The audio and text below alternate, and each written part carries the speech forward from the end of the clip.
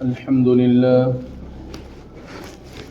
لله وكفى وسلام على عباده الذين اصطفى أما بعد فأعوذ بالله من الشيطان الرجيم بسم الله الرحمن الرحيم يا أيها الذين آمنوا هل أدلكم على تجارة تنجيكم من عذاب أليم صدق الله المولانا العظيم وصدق رسوله النبي الكريم ونحن على ذلك لمن الشاهدين والشاكرين والحمد لله رب العالمين اللهم صل على سيدنا ومولانا محمد وعلى آل سيدنا ومولانا محمد وبارك وسلم. بزرگان محترم اور عزیز دوستو، اس دنیا میں جو ہم زندگی گزار رہے ہیں یہ زندگی فنا ہو جانے والی ہے. کب فنا ہو جائے اس کا علم نہ مجھے ہے نہ آپ کو ہے. یہاں تک کہ سائنس نے بڑی ترقی کی اور ترقی کرنے کے بعد سائنسداں چاند تک پہنچ گئے اور بہت ساری چیزیں انہوں نے ایجاد کر دیں، لیکن اس سب کے باوجود بھی سائنسداں آج تک یہ بتانے سے قاصر ہیں کہ کسی انسان کی موت کب واقع ہوگی. لہذا جب موت آنی یقینی ہے اور اس کا علم کسی کو بھی نہیں ہے تو ہر آدمی اس کی فکر میں رہتا ہے، وہ کوشش کرتا ہے کہ میں مرنے سے پہلے مرنے کی تیاری کر لوں اور ایسے اعمال اپنے نامہ اعمال میں جمع کر لوں جو اعمال مجھے آخرت میں نجات دینے والے ہو جائیں. اور ہر آدمی اس بات کی کوشش کرتا ہے کہ میں ایسے اعمال کروں جو اعمال میرے گناہوں کا کفارہ بن جائیں، جس کے ذریعے سے میرے گناہ معاف فرما دیں اللہ تعالیٰ. ہر آدمی اس کی کوشش کرتا ہے، لیکن کوشش وہی کرتا ہے جس آدمی کو مرنے کے بعد دوبارہ زندہ ہونے کا یقین ہے، جس آدمی کو اس بات کا پختہ یقین ہوتا ہے کہ مجھے اللہ تبارک و تعالیٰ کی بارگاہ میں حاضر ہونا ہے اور حاضر ہونے کے بعد مجھے اپنے کیے ہوئے جتنے بھی اعمال ہیں ان سب کا حساب کتاب دینا ہے. اور اگر حساب کتاب میں اللہ تبارک و تعالیٰ نے نامہ اعمال داہنے ہاتھ میں دے دیا تو میری نجات ہو جائے گی، اور بائیں ہاتھ میں اگر خدا نخواستہ ملا تو پھر میرے لیے ہلاکت کا سبب بن جائے گا اور مجھے جہنم میں داخل کیا جائے گا. تو جس آدمی کو بھی استحضار ہوتا ہے، اس کو یقین ہوتا ہے، وہ آدمی اچھے اعمال کرنے کی فکر کرتا ہے. اور ہم یہ سمجھتے ہیں کہ جتنے بھی ایمان والے ہیں ان تمام ایمان والوں کا یہ عقیدہ ہے کہ مرنے کے بعد دوبارہ زندہ کیا جائے گا اور اپنے کیے ہوئے اعمال کا حساب ہمیں دینا ہے. تمام ایمان والوں کا یہ عقیدہ ہے. بس بات تھوڑی سی یہ ہے کہ عقیدہ تو ہے ہمارا، لیکن دنیا میں ہم اتنے زیادہ مصروف اور مشغول اور بزی ہیں کہ اس مصروفیت اور مشغولیت کی وجہ سے ہم نے آخرت کو بھلا دیا ہے. تو اس استحضار کے لیے، یاد دہانی کے لیے ہم آپ کے سامنے بارہا موقعوں پر ایسے ایسے اعمال بتلانا چاہتے ہیں، احادیث کی روشنی میں بتلاتے بھی رہتے ہیں کہ جس سے اعمال پر ابھارا جائے امت کو، اور امت ان اعمال کو کر کے اپنے نامہ اعمال میں خوب سے خوب تر نیکیوں کا اضافہ کر لے. تو میرے بزرگوں، انہی میں سے میں آج آپ حضرات کے سامنے 3 چیزیں رکھنا چاہ رہا ہوں، اور یہ 3 چیزیں ایسی ہیں کہ حدیث مبارکہ میں بتلایا گیا یہ انسان کے گناہوں کا کفارہ کرنے والی ہیں. یعنی اگر آپ ان اعمال کو کرے گا بندہ تو ان اعمال کے کرنے سے اس نے جو زندگی میں گناہ کیے ہیں اللہ تعالیٰ ان اعمال صالحہ کی وجہ سے اس کے ان گناہوں کا کفارہ فرما دیں گے، یعنی نامہ اعمال سے وہ گناہ مٹا دیں گے اللہ تعالیٰ. تو ہم میں سے ہر ایک کو یہ کوشش کرنی چاہیے کہ یہ جو ایسے اعمال ہیں جو گناہوں کا کفارہ بننے والے ہیں، ہم سب ان اعمال کو اختیار کرنے کی، اس پر عمل کرنے کی کوشش کریں تاکہ ہمارے گناہوں کا کفارہ ہو جائے۔ یاد رکھیے گا میرے بزرگوں، جو بڑے بڑے گناہ ہوتے ہیں، بڑے بڑے گناہ کے بارے میں ہمیں معلوم ہوتا ہے کہ ہم نے یہ گناہ کیا، ہم نے یہ گناہ کیا، تو ہم ان گناہوں سے اللہ تعالیٰ کی بارگاہ میں معافی مانگ لیتے ہیں۔ جب ہم معافی مانگتے ہیں، اللہ تعالیٰ اپنے فضل سے ہمارے گناہوں کو معاف فرما دیتے ہیں۔ لیکن بہت سارے ہمارے اعمال ایسے ہیں کہ جن کو ہم گناہ سمجھتے بھی نہیں ہیں، لیکن وہ اللہ کی نظروں میں گناہ ہیں، اللہ کی نظروں میں برے اعمال ہیں۔ جب ہم ان کو گناہ نہیں سمجھتے، برا عمل نہیں سمجھتے، تو ہم ان سے توبہ بھی نہیں کرتے۔ تو اگر ہم یہ اعمال کر لیں گے جو گناہوں سے کفارے کا سبب بننے والے ہیں، تو ان اعمال کے کرنے سے وہ چھوٹے چھوٹے گناہ جن کی طرف ہمارا دھیان بھی نہیں گیا، ہماری توجہ نہیں گئی، اور ہم نے بہت سارے اکٹھے کر رکھے ہیں، اللہ تعالیٰ ان اعمال صالحہ کی برکت سے ان گناہوں کا کفارہ فرما دیں گے۔ اس لیے ہر آدمی کوشش کرے کہ جو چیز اب میں بتلانے والا ہوں، ان باتوں پر ہم میں سے ہر شخص انشاءاللہ عمل کرے گا۔ دیکھیے حدیث مبارکہ میں حضرت نبی کریم صلی اللہ تعالی علیہ وآلہ وسلم نے ارشاد فرمایا، 3 چیزیں ایسی ہیں جو انسانوں کے گناہوں کا کفارہ بننے والی ہیں، یعنی ان اعمال کو کرنے سے انسان کے گناہ نامہ اعمال میں سے مٹ جائیں گے، صاف ہو جائیں گے۔ ان میں سے پہلی چیز ہے ایک نماز کے بعد میں دوسری نماز کا انتظار کرنا۔ آدمی نے نماز پڑھی، نماز پڑھنے کے بعد وہ دوسری نماز کا انتظار کر رہا ہے، تو دوسری نماز کا انتظار کرنا یہ گناہوں سے کفارے کا سبب اور ذریعہ ہے۔ اس کے ذریعے سے اللہ تعالیٰ گناہوں کا کفارہ فرما دے۔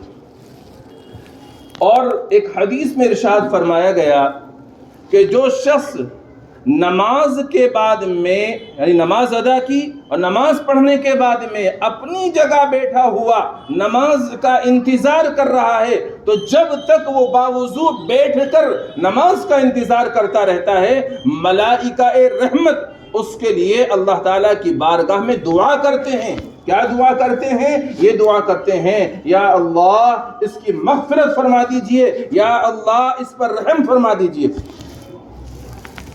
نماز ادا کی، نماز ادا کرنے کے بعد میں مصلی پر بیٹھا ہوا ہے، اسی جگہ جہاں نماز پڑھی ہے، باوضو بیٹھا ہوا ہے، اب انتظار کر رہا ہے کہ بھئی میں اب اگلی نماز پڑھ کر ہی گھر جاؤں گا۔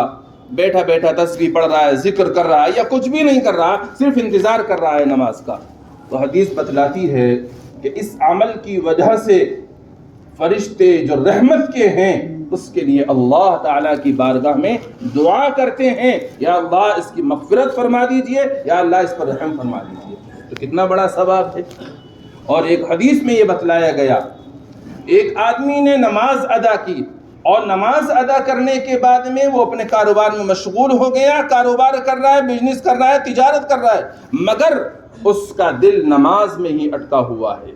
بار بار اس گھڑی دیکھتا ہے، بار بار نظر ڈالتا ہے گھڑی کے اوپر، نماز کا وقت تو نہیں ہو گیا، کب نماز کا وقت ہوگا؟ اسی انتظار میں لگا رہتا ہے کہ دوسری نماز کا وقت آئے گا، میں نماز پڑھوں گا، انتظار کر رہا ہے۔ تو اس انتظار کرنے کی وجہ سے اللہ تبارک و تعالی اس بندے کو اس دن عرش کا سایہ عطا فرمائیں گے، جس دن اللہ تعالیٰ کے عرش کے سائے کے سوا کوئی سایہ نہیں ہوگا۔ کتنا بڑا مقام، کتنی بڑی فضیلت حاصل ہو رہی ہے اس بندے کو جو نماز پڑھنے کے بعد دوسری نماز کا انتظار کرتا رہتا ہے۔ انتظار الصلاۃ بعد الصلاۃ، نماز کے بعد دوسری نماز کا انتظار کرنا یہ گناہوں سے کفارے کا سبب بھی ہے۔ اور ایک نماز کے بعد دوسری نماز کا انتظار کرنا، باوضو بیٹھے رہنا، یہ رحمت کے فرشتوں کی دعاؤں کا سبب بھی ہے، اور نماز کے بعد دوسری نماز کا انتظار کرنا یہ اللہ تبارک و تعالی کے عرش کا سایہ ملنے کا سبب اور ذریعہ بھی ہے۔ اس لیے میرے بزرگوں، کاروبار کریں، بزنس کریں، کوئی منع نہیں کرتا، لیکن اس کاروبار اور بزنس کے وقت میں آپ نماز پڑھی ہے، دوسری نماز کا انتظار کرتے رہیں، ہر اس کا خیال رکھیں، تو انشاءاللہ یہ فضیلت آپ کو بھی حاصل ہو جائے گی۔ اور جو حضرات مسجد میں بیٹھ کر کے نماز کا انتظار کر رہے ہیں وہ تو بہت بڑا درجہ، بہت بڑا مقام پا رہے ہیں، مگر یہ جب ہی ملے گا جب آپ مسجد میں بیٹھ کر خاموش بیٹھے رہیں یا پھر عبادت میں مصروف رہیں۔ اور اگر آپ مسجد میں بیٹھے ہوئے ہیں دوسری نماز کے انتظار میں مگر ساتھ میں گپ شپ کر رہے ہیں، تیری میری باتیں کر رہے ہیں، تو یاد رکھیے گا یہ پھر نیکیوں کو کھا جانے والا عمل ہے۔ اگر کوئی مسجد میں بیٹھ کر دنیاوی باتیں کرتا ہے تو یاد رکھیے گا یہ دنیاوی باتیں کرنا مسجد کے اندر بیٹھ کر کے اب سے پہلے جتنے اس نے نیک اعمال مسجد میں کیے ہیں ان تمام اعمال کو مٹانے والا، ختم کرنے والا ہے۔ اور حدیث میں بتایا اس طرح سے جیسا کہ لکڑی کو آگ لکڑی کو جلا کر راکھ کر دیتی ہے، اس طرح سے یہ اعمال حسنہ کو مٹا کر راکھ کر دیتا ہے۔ یہ بہت بڑا، جتنا بڑا ثواب ہے مسجد میں بیٹھ کر دوسری نماز کے انتظار میں بیٹھے رہنا، باوضو بیٹھے رہنا، تو اگر دنیاوی باتوں میں مشغول ہو جاتا ہے آدمی تو اب بجائے ثواب کے یہ جو جتنی نیکیاں مسجد میں بیٹھ کر کی تھی نا وہ سب اکارت و برباد بھی ہو جاتی ہیں۔ اس لیے جو حضرات مسجد میں بیٹھ کر نماز کا انتظار کرتے رہتے ہیں وہ اس کا خاص خیال رکھیں کہ مسجد میں بیٹھ کر تیری میری باتیں دنیاوی باتوں میں مشغول نہ ہوا کریں، کہیں ایسا نہ ہو کہ ان دنیاوی باتوں میں مشغول ہونے کی وجہ سے نیکی برباد، گناہ لازم نہ ہو جائے۔ تو پہلی چیز کیا ہے؟ گناہوں کا کفارہ نماز کے بعد میں دوسری نماز کا انتظار کرنا۔ اور دوسری چیز ہے جس سے گناہوں کا کفارہ ہوگا، سخت سردی کے زمانے میں ٹھنڈے پانی سے وضو کرنا۔ سخت سردی کا زمانہ ہے، اس سخت سردی کے زمانے میں کوئی شخص ٹھنڈے پانی سے وضو کر رہا ہے تو یہ ٹھنڈے پانی سے وضو کرنا یہ اس کے گناہوں کا کفارے کا سبب اور ذریعہ ہے۔ حدیث میں بتایا گیا کوئی سخت ناگواری ہے، اس سخت ناگواری کے وقت میں اگر کوئی ٹھنڈے پانی سے وضو کرے گا اللہ تعالیٰ اس کے گناہوں کا کفارہ فرما دیں گے۔ تو ٹھنڈے پانی سے وضو کرنا یہ بھی گناہوں سے کفارے کا سبب اور ذریعہ ہے، اس کی وجہ سے اللہ تعالیٰ گناہ معاف فرما دیتے ہیں۔ اب اس وقت میں سردی کا موسم چل رہا ہے اور سخت سردی کے زمانے میں ہر شخص کو ٹھنڈے پانی میں ہاتھ ڈالنا بڑا ناگوار لگتا ہے، بڑی مشکل معلوم ہوتا ہے کہ یار ٹھنڈے پانی سے میں وضو کروں۔ وہ سوچتا ہے کہ ایک ہی وضو سے 2 نمازیں پڑھ لوں، 3 نمازیں پڑھ لوں۔ بعض تو مسئلہ معلوم کر رہے ہیں کہ مفتی صاحب بہت سخت سردی ہو رہی ہے، کیا میں تیمم کر کے نماز پڑھ لوں؟ بعض معلوم کر رہے ہیں جی سخت سردی ہو رہی ہے، کیا میں آدھا دھڑ دھو کر کے غسل جو واجب ہو گیا اس سے کام چلا لوں؟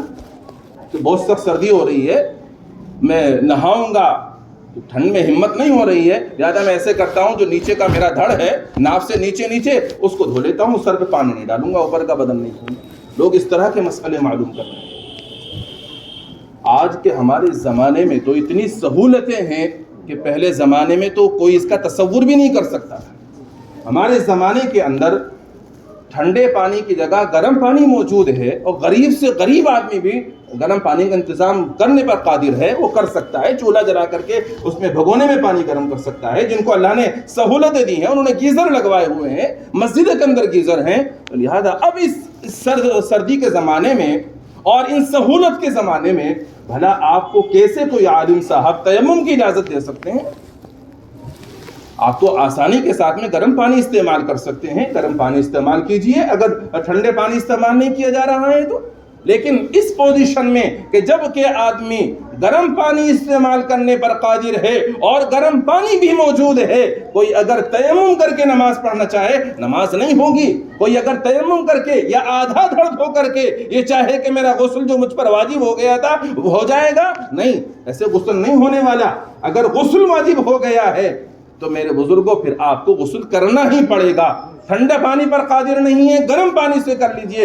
ہاں اگر گرم پانی پر بھی قادر نہیں ہے اور اندیشہ یہ ہے کہ اگر میں نے گرم پانی استعمال کیا تو سخت بیمار ہو جاؤں گا یا میری ہلاکت ہو جائے گی، پھر اس صورت میں تیمم کر سکتے ہیں۔ لیکن گرم پانی بھی موجود ہے اور اب تو ہیٹر ایسے بازاروں میں مل رہے ہیں کہ کبھی ہم نے تو بچپن میں سوچا بھی نہیں تھا کہ اس طرح کے ہیٹر بھی آنے والے زمانے میں آئیں گے۔ وہ باقاعدہ پنکھوں کی طرح سے چل رہے ہیں، پیچھے ہیٹر لگا ہوا ہے، آگے پنکھا لگا ہوا ہے، گھوم بھی رہے ہیں اور سب کو ہوا پہنچا رہے ہیں۔ تو اگر آپ کو ٹھنڈا پانی استعمال کرنے میں پریشانی ہے، گرم پانی استعمال کیجئے۔ گرم پانی میں بھی پریشانی ہو رہی، گرم پانی سے نہا کر کے آپ ہیٹر کے آگے بیٹھ جائیے، آگ کے آگے بیٹھ جائیے، آپ کو گرماہٹ حاصل ہو جائے گی۔ لیکن بات یہی ہے میرے بزرگوں کہ ہم لوگ کرنا نہیں چاہتے، بس آسانیاں تلاش کرتے ہیں۔ اچھا، دین کے معاملے میں بڑی آسانیاں تلاش کرتے ہیں۔ بھئی سخت سردی ہو رہی ہے تو اگر کچھ دن کے لیے غسل واجب نہیں کرو گے تو کوئی حرج ہے؟ مت غسل واجب کرو اپنے اوپر۔ اگر سردی میں تم سے نہایا نہیں جا رہا، پریشانی ہو رہی ہے، یہ آسانی کو تلاش کر رہے ہو کہ ہم آدھا دھڑ دھو لیں، تیمم کر لیں، نہیں، اس میں احتیاط نہیں برتیں گے۔ یہاں احتیاط چاہ رہے ہیں۔ جب وہ سہولت اللہ تعالیٰ نے جو آپ کو دی ہے، جب اس سے حاصل کر رہے ہو تو اللہ تبارک و تعالیٰ نے حکم دیا ہے کہ اس کے بعد میں تمہیں غسل کرنا ہے تو پھر غسل کرو، آسانیاں تلاش مت کرو۔ اور اس حدیث کو سامنے رکھو، سخت سردی کے زمانے میں اگر آدمی ٹھنڈے پانی سے وضو کرے گا، اللہ تبارک و تعالیٰ اس کے گناہوں کا کفارہ فرما دیں گے۔ اگر یہ حدیث سامنے ہوگی تو پھر یہ سہولتیں تلاش نہیں کرو گے۔ اور تو اس لیے میرے بزرگوں، دوسری چیز جو گناہوں کا کفارہ بننے والی ہے وہ ہے سخت سردی کے زمانے میں ٹھنڈے پانی سے وضو کرنا، یا سخت ناگواری ہے، دل نہیں چاہ رہا پانی استعمال کرنے کے لیے، پھر بھی آدمی اللہ کا حکم سمجھتے ہوئے، اللہ کے حکم پر عمل کرتے ہوئے وہ ٹھنڈے پانی سے وضو کر رہا ہے، تو انشاءاللہ اللہ تعالیٰ اس عمل کی برکت سے اس کے گناہوں کا کفارہ فرما دے گا۔ تو دوسری چیز کیا ہو گئی گناہوں سے کفارے کی؟ سخت سردی کے زمانے میں ٹھنڈے پانی سے وضو کرنا۔ تیسری چیز ہے جو گناہوں کا کفارہ بننے والی ہے، وہ ہے پیدل چل کر مسجد میں آ کر جماعت سے نماز ادا کرنا۔ گھر سے آدمی پیدل چل کر آئے، مسجد میں آ کر جماعت سے نماز ادا کرتا ہے تو اس عمل کی برکت سے اللہ تبارک و تعالیٰ اس کے گناہوں کا کفارہ فرما دیتے ہیں۔ کتنی بڑی فضیلت ہے۔ اور یاد رکھیے گا، ایک آدمی اکیلا گھر پر نماز پڑھ رہا ہے اور ایک آدمی مسجد میں آ کر جماعت سے نماز پڑھ رہا ہے، تو یہ جو اکیلا نماز پڑھ رہا ہے اس سے وہ آدمی جو مسجد میں جماعت سے نماز ادا کر رہا ہے 25 درجے زیادہ ثواب میں بڑھا ہوا ہے۔ گھر پر اگر نماز پڑھ رہا ہے تو فرض کیجئے 1 ثواب مل رہا ہے، تو مسجد میں آ کر نماز پڑھنے سے اس کو 25 ثواب مل رہا ہے، 25 گنا زیادہ ہے، 25 درجے زیادہ ہے۔ اور پھر جب پیدل چل کر وہ مسجد میں آ رہا ہے تو اس سے گناہوں کا کفارہ بھی ہو رہا ہے۔ اور اگر گھر سے وضو کر کے آ رہا ہے، نماز کی نیت سے گھر سے وضو کر کے چلا، تو ہر قدم پر نیکیاں بھی لکھی جا رہی ہیں اور ہر قدم پر گناہ بھی معاف ہو رہا ہے۔ آج لوگ شکایت کرتے ہیں کہ یہ مسجد ہمارے گھر سے بہت دور ہے، بہت فاصلہ ہے، سخت سردی ہو رہی ہے، آنے کی ہمت نہیں ہوتی، اس لیے ہم گھر پر ہی نماز ادا کر لیتے ہیں۔ کہ ہمارا گھر بہت دور ہے، ایک مسجد قریب میں ہونی چاہیے۔ بہت اچھی سوچ ہے آپ کی، مسجد قریب میں ہونی چاہیے، لیکن اللہ کے بندو، جو مسجدیں ہیں پہلے ان کو تو آباد کر لو، پہلے ان میں تو نمازیوں کی تعداد بڑھا لو۔ صرف جمعے کے دن نمازیوں کی تعداد بڑھ جانے سے مسجدوں کا بڑھانا کوئی عقل مندی کی بات نہیں ہے۔ جو مسجدیں ہیں 5 نمازوں میں مسجدیں خالی پڑی ہوئی ہیں، ویران پڑی ہوئی ہیں، اور تم سوچ رہے ہو کہ مسجدیں بڑھا دیں، سہولتیں، گھر مسجد بنانا چاہتے ہو، اچھی بات ہے، اچھی سوچ ہے، مسجد زیادہ ہونی چاہیے، لیکن اس سے زیادہ فکر اس کی ہونی چاہیے کہ مسجدیں آباد ہو جائے۔ جو مسجدیں ہیں ان کو آباد کرنے کی فکر کرو۔ یہ مسجد آباد آباد کس سے ہوں گی؟ نماز پڑھنے والوں سے آباد ہوں گی، تلاوت کرنے والوں سے آباد ہوں گی، ذکر کرنے والوں سے آباد ہوں گی، مسجد کی آبادیوں کی فکر کرنے والوں سے مسجدیں آباد ہوں گی۔ حضور اکرم صلی اللہ تعالی علیہ وآلہ وسلم کے زمانے میں مدینہ منورہ کے اندر ایک قبیلہ تھا، وہ قبیلہ جہاں اس وقت میں مسجد قبلتین ہے وہاں پر آباد تھا۔ مسجد قبلتین یہ وہ مسجد ہے جہاں پر پہلے مسجد اقصی کی طرف رخ کر کے نماز ادا کی جا رہی تھی، پھر نماز ہی کی حالت میں جب حکم نازل ہوا کہ یعنی اب اپنا رخ آپ مسجد حرام کی طرف کر دیجئے، تو حضور اکرم صلی اللہ تعالی علیہ وآلہ وسلم نے نماز ہی کی حالت میں اپنا رخ مسجد اقصی سے مسجد حرام کی طرف کر لیا۔ تو ایک مسجد کے اندر دو نمازیں ایک نماز اس طرح پڑھی گئی کہ آدھی مسجد اقصیٰ کی طرف اور آدھی مسجد حرام کی طرف، اس وجہ سے اس مسجد کا نام مسجد قبلتین رکھ دیا گیا۔ تو آج کل جہاں مسجد قبلتین ہے، لوگ جب عمرہ کرنے جاتے ہیں، حج کرنے جاتے ہیں تو مساجد کی زیارت کرتے ہیں، تو ان میں سے مسجد قبلتین کی بھی زیارت ان کو نصیب ہوتی ہے۔ اللہ سے دعا کرو اللہ تعالیٰ ہر ایمان والے کو بار بار حرمین شریفین کی زیارت کی سعادت مرحمت فرمائے۔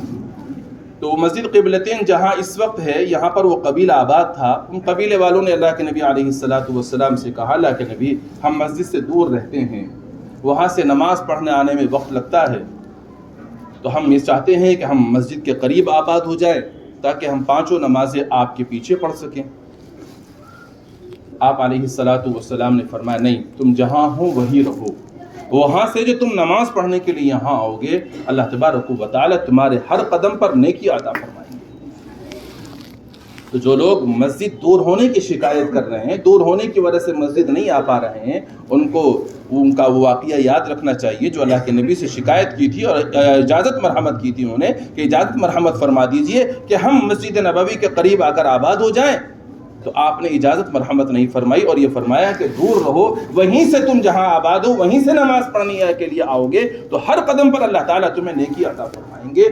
تو اگر ہم اس حدیث کو سامنے رکھیں گے اور اگر گھر دور بھی ہے، گھر فاصلے پر بھی ہے، پھر بھی ہم پانچوں نمازیں جماعت کے ساتھ میں مسجد میں آ کر ادا کرتے رہیں گے تو یاد رکھو اس عمل سے تمہارے گناہوں کا بھی کفارہ ہو جائے گا، اور اس عمل کی برکت سے اگر تم گھر سے وضو کر کے آؤ گے تو ہر قدم پر نیکی بھی لکھی جائے گی، اور اتنی نیکیاں ہوں گی اگر تم شمار کرنا بھی چاہو شمار نہیں کر سکتے۔ میں اگر آپ سے یہ کہوں کہ آپ فلاں طرف سے آ رہے ہیں نماز پڑھنے کے لیے، ذرا قدم گن کر آئیے گا کتنے قدم ہوتے ہیں، تو آپ کہیں گے مفتی صاحب میں نے گننے تو شروع کیے تھے بھول گیا میں راستے میں۔ تو جس طرح سے آپ یہ قدم گننا بھول جاتے ہیں نا راستے میں، اسی طرح سے نیکیاں آپ شمار نہیں کر سکتے، اتنی نیکیاں آپ کے نامہ اعمال میں اللہ تبارک و تعالی اس عمل سے لکھ دیں گے۔ اس لیے ایک تو کوشش یہ کریں کہ گھر سے وضو کر کے آیا کریں، کہ گھر سے آپ وضو کر کے آئیں گے تو گھر سے وضو کر کے جب نماز کے ارادے سے آئیں گے ہر قدم پر نیکی بھی لکھی جائے گی اور ہر قدم پر گناہ بھی معاف ہوگا، تو کتنا بڑا ثواب حاصل ہو رہا ہے۔ تو میرے بزرگوں یہ تین اعمال ایسے ہیں جن کے کرنے سے اللہ تبارک و تعالی گناہوں کا کفارہ فرما دیتے ہیں۔ یاد رہے سب کو کیا کیا ہے وہ؟ پہلا عمل کیا ہے؟ نماز کے بعد دوسری نماز کا انتظار کرنا، اور دوسرا ہے سخت سردی کے زمانے میں ٹھنڈے پانی سے وضو کرنا، اور تیسرا کیا ہے؟ مسجد میں پیدل چل کر آ کر جماعت کے ساتھ میں نماز ادا کرنا۔ سب کریں گے انشاءاللہ۔ اللہ تعالیٰ اپنے فضل سے مجھے بھی اور آپ سب کو بھی عمل کی توفیق مرحمت۔ وآخر دعوانا الحمدللہ رب العالمین۔